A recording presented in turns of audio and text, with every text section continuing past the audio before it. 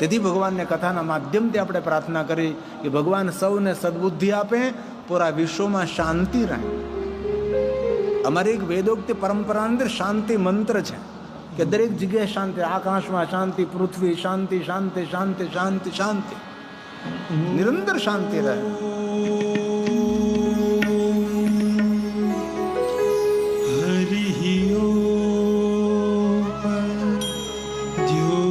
शान्तिरन्तरिक्षगुं शान्तिः पृथिवी शान्तिरापः शान्तिरोषधयः वनस्पतयः शान्तिः विश्वे देवाः शान्तिः ब्रह्म शान्तिः सर्वगुं शान्तिः साम शान्तिः.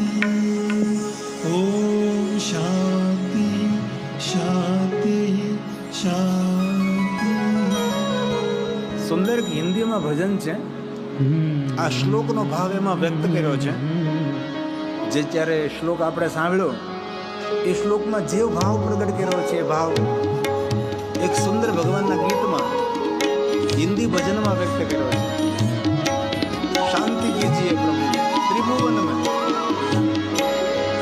शांति कीजिए प्रभु त्रिभुवन में, शांति कीजिए प्रभु त्रिभुवन में, जल में थल में और गगन में, जल में थल में और गगन में, अंतरिक्ष में अग्नि पवन में, अंतरिक्ष में अग्नि पवन में, औषधि वनस्पति वन उपवन में, औषधि वनस्पति वन उपवन में, सकल विश्व के जड़ चेतन में, सकल विश्व के जड़ चेतन में, शांति कीजिए प्रभु त्रिभुवन में, शांति कीजिए प्रभु.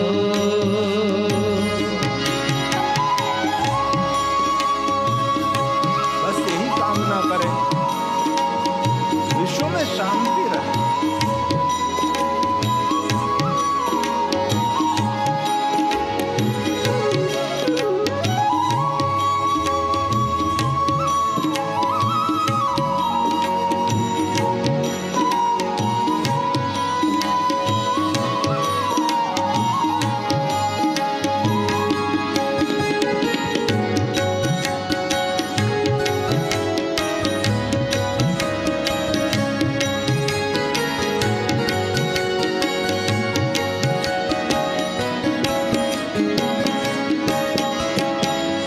ब्राह्मण के उपदेश वचन में, ब्राह्मण के उपदेश वचन में, क्षत्रिय के द्वारा हो रण में, क्षत्रिय के द्वारा हो रण में, वैश्य जनों के होवे धन में, वैश्य जनों के होवे धन में, और शूद्र के हो चरणन में, और शूद्र के हो चरणन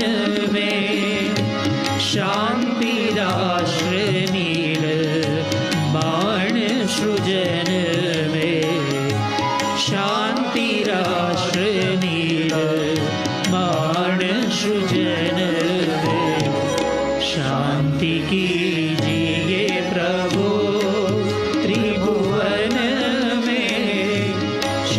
शांति कीजिए प्रभु।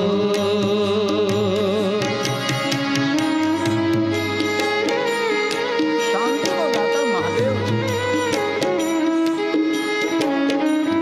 શાંતિનું ઉદ્ગમ સ્થાન ભગવાન શિવ છે. આપણા દરેક તંત્રમાં છેલ્લે આપણે બોલીએ ઓમ શાંતિ શાંતિ શાંતિ. બસ વિશ્વમાં શાંતિ રહે, જગતમાં શાંતિ રહે. યુદ્ધ દુઃખ આપનારું હોય છે, સંતાપ આપનારું હોય છે, અડચણ ઊભી કરનારું હોય છે. તેથી ભગવાન શિવને પ્રાર્થના કરી કે હે ભગવાન, આપની કથાનું શ્રવણ કરતા કરતા એક જ ભાવ પ્રગટ કરીએ છીએ, વિશ્વમાં શાંતિ રહે, પૂરા વિશ્વનું કલ્યાણ રહે. ભગવાન સૌને સદબુદ્ધિ આપે. કોઈ માણસ માણસ વચ્ચે, કોઈ દેશ દેશાંતર વચ્ચે કોઈ યુદ્ધ ન થાય. નિરૂપ વિશ્વમાં શાંતિ રહે, પૃથ્વી પર ને ત્રિભુવનમાં શાંતિ રહે, એવી ભગવાનને પ્રાર્થના કરવી આપણે. સર્વેષાં સ્વસ્તિર્ભવતુ. પૂરા ભુવનમાં શાંતિ રહે.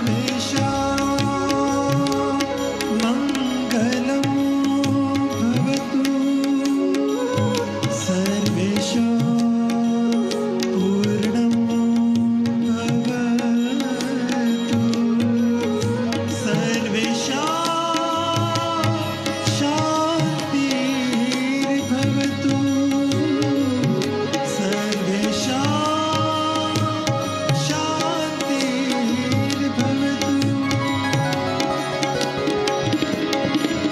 नगर ग्राम में और भुवन में, नगर ग्राम में और भुवन में, जीव मात्र के तन में मन में, जीव मात्र के तन में मन में, और जगत के हो कण कण में, और जगत के हो कण कण में, शांति कीजिए प्रभु त्रिभुवन में, शांति कीजिए प्रभु त्रिभुवन में, शांति कीजिए प्रभु त्रिभुवन में, शांति कीजिए प्रभु त्रिभुवन में, शांति कीजिए प्रभु त्रिभुवन में, शांति कीजिए प्रभु। પૂજ્ય બાપુ શ્રી મહાત્મા ગાંધી એમ કહેતા કે સમૂહ પ્રાર્થનામાં અદ્ભુત સામર્થ્ય હોય છે. પૂજ્ય મહાત્મા ગાંધી કહેતા હતા, ગાંધી બાપુ, કે સમૂહ પ્રાર્થના, કોઈ પણ જગ્યાએ સમૂહ પ્રાર્થના થાય ને અલૌકિક ઉર્જા પ્રગટ થાય. આપણે જે આ પ્રાર્થના કરીએ સમૂહ પ્રાર્થના જ કહેવાય ને. આમ તમે જુઓ, આગળથી લઈને છેલ્લે સુધી કેટલા ભાઈઓ બહેનો વડીલો સૌ બેઠેલા છે. આપણે સૌ આપણા હૃદયમાંથી એવી ઉર્જાને ઉત્પન્ન કરીએ કે પૂરા વિશ્વમાં શાંતિ રહે. હમણાં બ્રહ્માકુમારી વિશ્વવિદ્યાલયનો કાર્યક્રમ હતો વિશ્વ શાંતિ માટે, પૂરા વિશ્વમાં શાંતિ રહે. એ લોકોના પ્રવચન કે એકબીજા મળે તો એમ જ બોલે ઓમ શાંતિ. દરેક પ્રાર્થનાનો અર્થ તો શાંતિ જ હોય છે, અને યુદ્ધ પૂર્ણ થયા પછી શાંતિ જ હોય છે. તેથી કથાના પહેલા દિવસે આપણે સૌ ભગવાનને પ્રાર્થના કરીએ છીએ કે પૂરા વિશ્વમાં શાંતિ રહે છે. કારણ કે બીજા કોઈ દેશો ઝઘડે તો અસર તો ભારતને તો થવાની જ છે ને. અત્યારે તો અસર વર્તાય છે, ગેસના બાટલા મળતા નથી, ડીઝલ પેટ્રોલની તંગી વર્તાશે, અને કેટલા નિર્દોષ માણસોની ખુવારી થાય. બસ એવું ધરતી પર ન થાય. દ્વારકાધીશ ભગવાન કૃષ્ણજીએ પણ એ જ પ્રવચન કર્યું હતું કે શાંતિ રહે, શાંતિ રહે, પણ અંતે યુદ્ધ રોકાણું નહીં, અને યુદ્ધ વિરામ બાદ તો શાંતિ જ રહી. તેથી આપણે સૌ ભગવાન શિવને પ્રાર્થના કરીએ કે પૂરા ભારત દેશની અંદર, પૂરા વિશ્વમાં શાંતિ રહે, કોઈ દેશ વચ્ચે યુદ્ધ ન થાય. કાલે અર્થ દિવસ હતો, પૃથ્વીની સુરક્ષા માટેનો દિવસ હતો. આપણે સૌને જીવવાનું સ્થાન કયું? પૃથ્વી. જે વાણમાં બેઠા એ જ વાણને જ આપણે તોડી નાખીએ તો આપણે ડૂબી જઈએ, બીજું થાય. જે પૃથ્વી ઉપર આપણે જીવી રહ્યા, પૃથ્વીને જ આપણે નુકસાન કરી રહ્યા છે. એક આંકડો આવ્યો હતો કે કરોડોના ટનમાં પ્લાસ્ટિક રોજ માટે સાગરમાં પધરાવવામાં આવે, સમુદ્રમાં પધરાવવામાં આવે છે. રોજ કરોડો વૃક્ષો કાપવામાં આવે છે. જેટલા વૃક્ષો કાપવામાં આવે એટલા વૃક્ષો વવાતા નથી.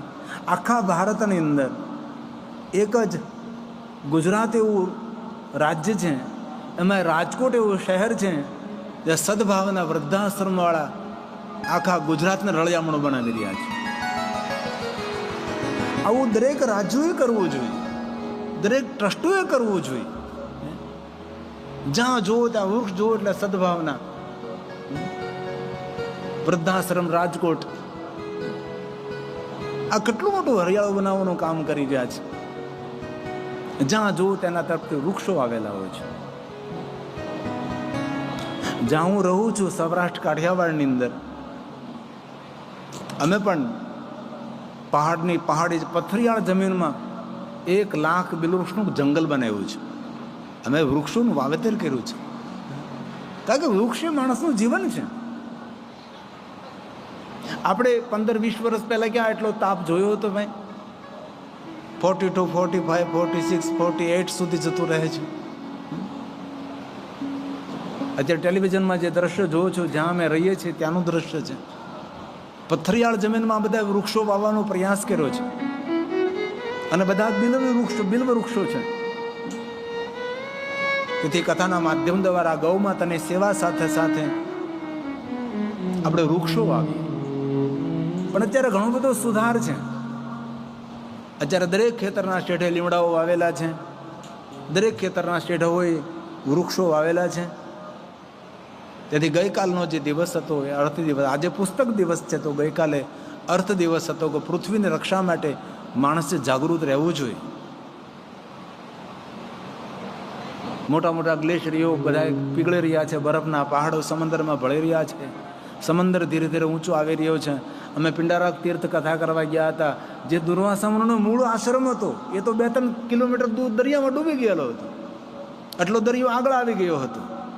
જેવી રીતે આપણી દ્વારકા નગરી, ભગવાન કૃષ્ણજીની વસાવેલી નગરી 30 કિલોમીટર દરિયાની અંદર ગરકાવ થઈ છે. અને ભગવાન દ્વારકાધીશે જ કહ્યું હતું દુર્વાસા મુનિ, જલ્દી આપનો આશ્રમ છોડી દો, અન્ય સ્થાન પર આપ પ્રયાણ કરો, પ્રસ્થાન કરો. મારે સધામમાં જવાનો સમય થયો છે, તેથી થોડી વારમાં દ્વારકા ઉપર પાણી ફરી જશે, દ્વારકા ડૂબી જશે, તો તમારો આશ્રમ પણ સાથે સાથે ડૂબી જશે. તેથી આપ જલ્દી સ્થળાંતર કરો. મૂળ જે દુર્વાસા મુનિનો આશ્રમ છે એ તો સમુદ્રની અંદર છે, 2-3 કિલોમીટર સમુદ્રમાં છે. તો ધીરે ધીરે સમુદ્ર આગળ વધતો જાય છે. વૈજ્ઞાનિકોને કહેવું છે દુર્વાસા મુનિનો આશ્રમ હતો ત્યાં સમુદ્રની અંદરનું શિવલિંગ જ્યારે ઓટવું હોય ત્યારે ત્યાં જઈ શકાય. બહુ સુંદર સ્થાન છે, લેકિન સમુદ્રની અંદર છે ત્યાં જવું સામાન્ય માણસ માટે બહુ મુશ્કેલ પડે છે. વૈજ્ઞાનિકોએ કહ્યું છે કે 2050માં ઘણી ખરી પૃથ્વી ડૂબી જશે. તેથી આપણે સૌ જાગીએ, પૃથ્વીનું વાતાવરણ ઠંડુ રહે, પર્યાવરણની રક્ષા કરીએ. ગઈકાલે અર્થ દિવસ હતો, આજે પુસ્તક દિવસ છે. પુસ્તકને પ્રેમ કરીએ. મસ્તકના વિચારોને જીતવા માટે પુસ્તક શ્રેષ્ઠ શસ્ત્ર છે. મસ્તકના વિચારોના યુદ્ધ ન જીતવું હોય તો ત્યાં કોઈ તલવાર કે કોઈ શસ્ત્ર કામમાં ન આવે, ત્યાં તો પુસ્તક જ હાલે. તેથી સારા પુસ્તકોનું અધ્યયન કરવું એ પણ જીવનનું એક ઘડતર છે. અને કથા સાંભળવી એ જીવનની એક ઉપલબ્ધિ છે. તેથી શિવ મહાપડા ગ્રંથ કોઈ સામાન્ય ગ્રંથ નથી. મહાદેવનો ગ્રંથ દરેક ગ્રંથોમાં, દરેક પુરાણોમાં તિલક સમાન છે. તિલક એ શુભ છે, તિલક એ મંગલ છે, તિલક એ શુકન છે. ગમે એટલા સોના ચાંદી હીરા મોતીના આભૂષણો પહેર્યા પણ ભાલમાં જો તિલક ન હોય તો એના જેવો અમંગળ માણસ કોણ? ગમે તેટલા બ્રાન્ડેડ વસ્ત્રો પહેર્યા હોય, નવા વસ્ત્રો પહેર્યા હોય, મૂલ્યવાન વસ્ત્રો પહેર્યા હોય, કિંમતો વસ્ત્રો પહેર્યા હોય, એના કપાળમાં તિલક ન હોય તો માણસ અશુભ છે. તિલક એ આપણામાં શુભ ગણીએ છીએ. પહેલા તો એવો એક સમય તો કોઈ કપાળમાં ચાંદલો કર્યો ન હોય તો પૂછે કે ભાઈ કયું અશુભ કાર્ય કાંઈ થયું છે, ઘરમાં કાંઈ મરણખરણ થયું છે, તેથી કપાળમાં ચાંદલો નથી કર્યો, આવું લોકો પૂછવા લાગતા હતા. તેથી કથા સાંભળતા પહેલા દિવસે આપણે સૌ નિર્ણય કે રોજ હું કંકુની બિંદી કહીશ, ચંદનની બિંદી કરીશ અથવા ભસ્મનો ચાંદલો કરીશ. કારણ કે તિલકનો મહિમા છે. તિલક આત્માનું સ્વાગત છે. આ શરીરનું હલનચલન આત્મા બિરાજે છે, ભ્રુકુટીમાં બિરાજે, તેનું સન્માન કરીએ છીએ કે જ્યાં સુધી આત્મા આપનું અસ્તિત્વ છે ત્યાં સુધી અમારું જીવન છે. આપ આ શરીરની અંદરથી નીકળી જશો તો આ શરીરનું કોઈ મૂલ્ય નથી. ફોટો લટકી જાય દિવાલ પર અને શરીરને અગ્નિ સંસ્કાર આપી દે છે, બીજું વધારે કાંઈ નહીં, મુઠ્ઠી ભસ્મ થાય. તેથી આત્માના સ્વાગત માટે એ આત્મા તું જ્યાં સુધી આ શરીરમાં છે ત્યાં સુધીમાં દ્રષ્ટા છે. તું આ શરીરમાંથી જતો રહીશ તો અમારી દ્રષ્ટિ પણ જતી રહે, અમારું જીવન પણ વિરામ પામી જશે. તેથી આત્માના સ્વાગત માટે ભાલમાં રોજ બિંદી કરવી આપણી ઋષિમુનિઓનું સંશોધન છે, આપણી સંસ્કૃતિ છે, આપણી પરંપરા છે, આપણા પૂર્વજોની પરંપરા છે. તેથી શિવ મહાપણને તિલક સમાન ઉપમા આપે છે. બીજું કોઈ ઉપમા કેમ ના આપી? ગળાનો હાર છે એવું કેમ ન કહ્યું ભાઈ? માથાનો મુગુટ શિવપ્રણ છે એવું કેમ ન કહ્યું? ભગવાન વિષ્ણુને કહ્યું મહાદેવજી કે તમે શિવ ભક્તોમાં શિર મુકુટ છો. ભગવાન મહાદેવજીએ કૃષ્ણ ભગવાનને કહ્યું કે શિવ ભક્તોમાં શિરોમણી શિર મુકુટ છો.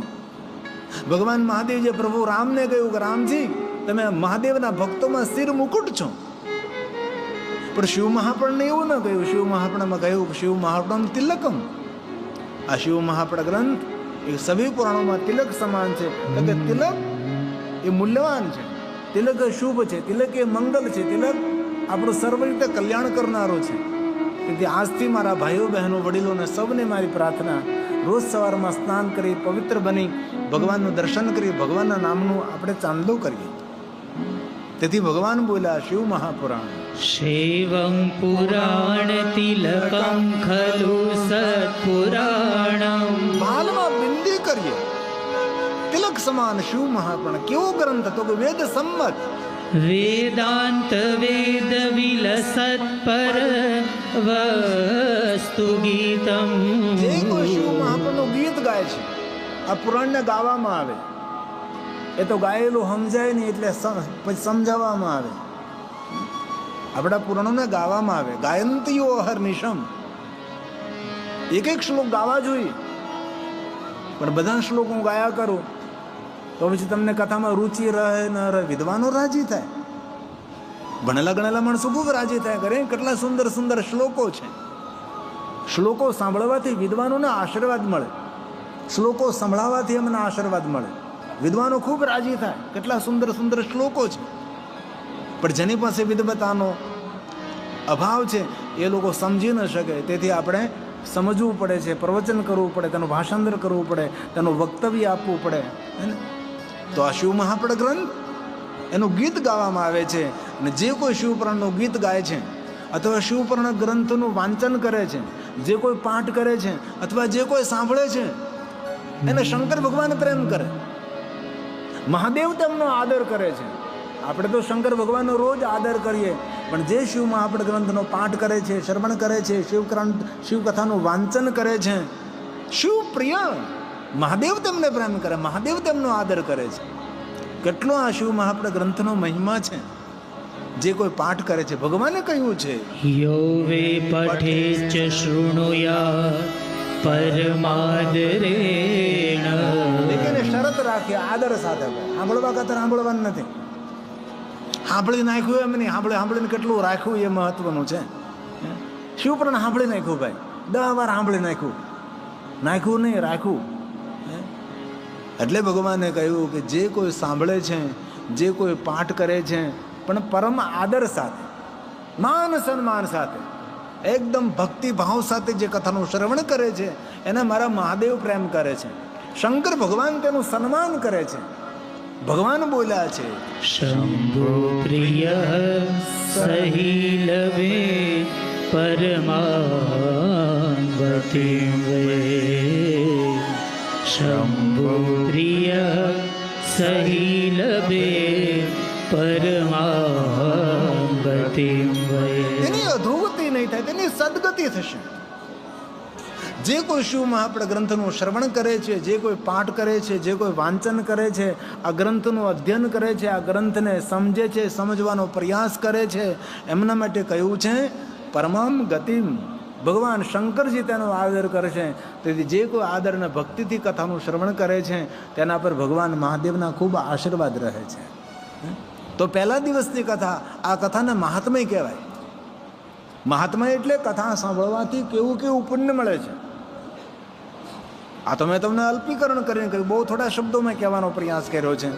બાકી તો શિવમાં આપણે ગ્રંથમાં કથા સાંભળવાનો એટલો મહિમા છે કે સાંભળવાનો મહિમા ગાવામાં 9 દિવસ જતા રહે. એટલો જ કથા સાંભળવાનો મહિમા છે, એટલી ભગવાનની કથાની મહિમા છે. તો સુંદર સુંદર કથા શિવ મહાપ્રદ ગ્રંથમાં કહી છે, મહાત્મ્ય કથાઓ કહી છે. ત્યાર પછી ધીરે ધીરે શિવ મહાપ્રદ કથામાં આપણે પ્રવેશ કરીશું. અને આ કથા સૌની મનોકામના પૂર્ણ કરનારી કથા રહેશે, વિશ્વના કલ્યાણ માટેની કથા રહેશે. અને પહેલા દિવસે એટલી સૌની ઉપસ્થિતિ છે, તો આવતીકાલે તો અન્ય ઉપસ્થિતિ અધિક રહેશે. તેથી આપણે સૌને મેં થોડું કથાનું મહાત્મ્ય સંભળાયું. નંતે ભગવાને તો વચન આપ્યું છે કે હું એના મહાત્મ્ય ગાય જ ન શકું. જે કથા સાંભળવાનું જે પુણ્ય મળે છે હું તો ન કહી શકું. નાંતમ દેવા વિજાનંતી, વિશ્વના કોઈ દેવતાઓ પણ કથા સાંભળવાના પુણ્યનો મહિમા ન ગાઈ શકે. એક વાત કહું, શિવપુરાણ ગ્રંથમાં ભગવાને એમ કહ્યું કે ક્યારે કથા સાંભળવા આપણે જઈ ન શક્યા હોય, ક્યારે કથા સાંભળવા કોઈ અચૂકતું એવું કામ આવી ગયું, કથા સાંભળવા જઈ ન શક્યા આપણે, પણ જે કથા સાંભળીને આવતો હોય એમનું દર્શન કરી લે તો કથા સાંભળવાનું ફળ મળી જાય. આવી ભગવાનની કથાનો મહિમા છે. તેથી આપ આવજો, દરેકને લાવજો. અને કોઈએ પોતાનું મન નાનું નથી કરવાનું, બધા માટે પ્રસાદની વ્યવસ્થા છે. આપણે શિવપુરાણ ભગવાનની આરતી કરશું, આપણે આંખો બંધ રાખીને ભગવાનને પ્રાર્થના કરશું, ઊંચા હાથ કરીને શરણાગતિનો ભાવ પ્રગટ કરશું, અને પછી ભગવાનની કથા પૂર્ણ કરી અને સૌએ ધીરે ધીરે મહાપ્રસાદ લેવા જવાનું છે. અને આ કથા આપણી જય સરદાર ગૌશાળાના લાભાર્થી છે. અને આપ સૌ જય સરદાર ગૌશાળાથી પરિચિત છો. જે દાતાઓએ દાન કર્યું છે તેનું પણ સન્માન કરશું, મહેમાનો કહેવાય તેનો આદર કરશું. અને સ્વયંસેવક ભાઈઓ બહેનોને ખૂબ હૃદયથી મારા ધન્યવાદ. કથાને સફળ બનાવવા માટે આપ સૌ સેવા કરી રહ્યા છે તે બદલ ખૂબ હૃદય ધન્યવાદ. સાથે આ થોડી મિનિટો માટે, આજે મંચ ઉપર સાઉન્ડ બરાબર નથી એટલે આજે હું ડાકડમરું નહીં કરાવું, કારણ કે એટલું બધું પરફેક્ટ ગાઈ નહીં શકાય, કારણ કે થોડીક સાઉન્ડને કાલે ઠીક થઈ જશે. તમને તો બધાને સરસ સંભળાતું છે, પણ અહીંયા બરોબર એમનું મંચ ઉપર પૂરું સેટિંગ નથી, એટલે આવતીકાલથી ડાકડમરું કરશું. પણ આજે એક સુંદર આપણે ભગવાનની ધૂન કરેલી ગાઈએ રે, શિવ શંભુ શિવ શંભુ.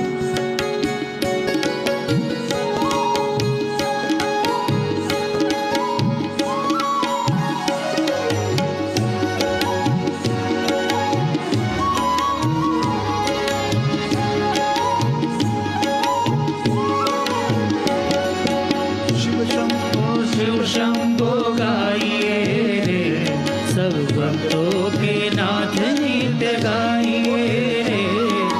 शिव शंभो गाइए रे, सब भक्तों के नाथ नित्य गाइए रे. भक्तों के नाथ नित्य गाइए रे, देव देवादि नाथ नित्य गाइए रे. भक्तों के नाथ नित्य गाइए रे, देव देवादि नाथ नित्य गाइए रे. शिव शंभो गाइए रे, सब भक्तों के नाथ नित्य गाइए रे. शिव शंभो गाइए रे, सब भक्तों के नाथ नित्य गाइए. शिव शंभो शिव शंभो शिव शंभो शिव शंभो शिव शंभो शिव शंभो शिव शंभो शिव शंभो.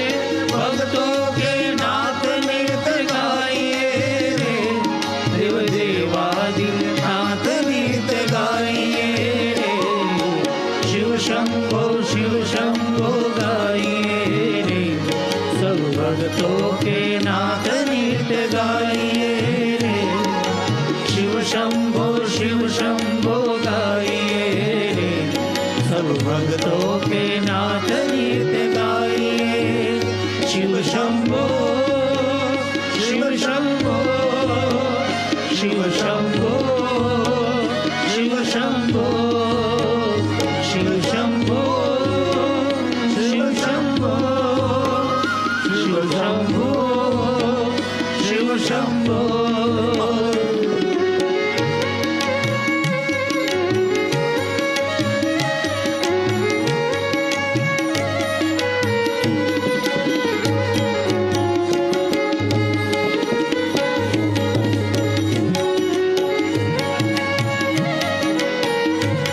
હે મહાદેવ, હે મહાદેવ.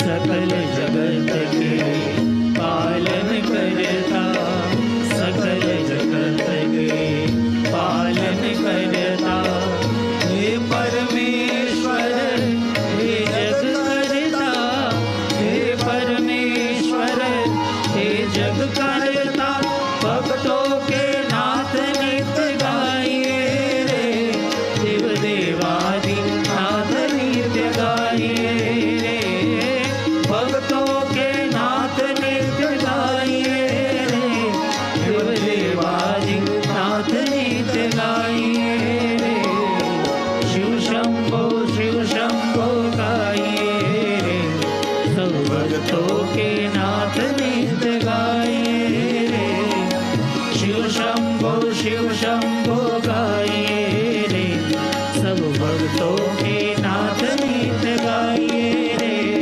शिव शंभो गाइए सब भक्तों के नाथ नित्य गाइए रे नमः शिवाय ओम नमः शिवाय हर हर बोले नमः शिवाय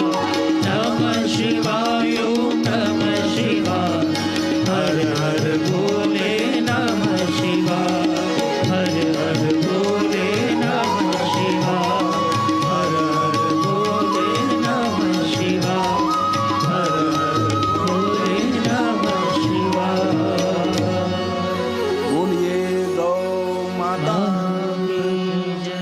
ખૂબ ખૂબ ધન્યવાદ આપ સૌની ઉપસ્થિતિને ખૂબ હૃદયથી મારા પ્રણામ.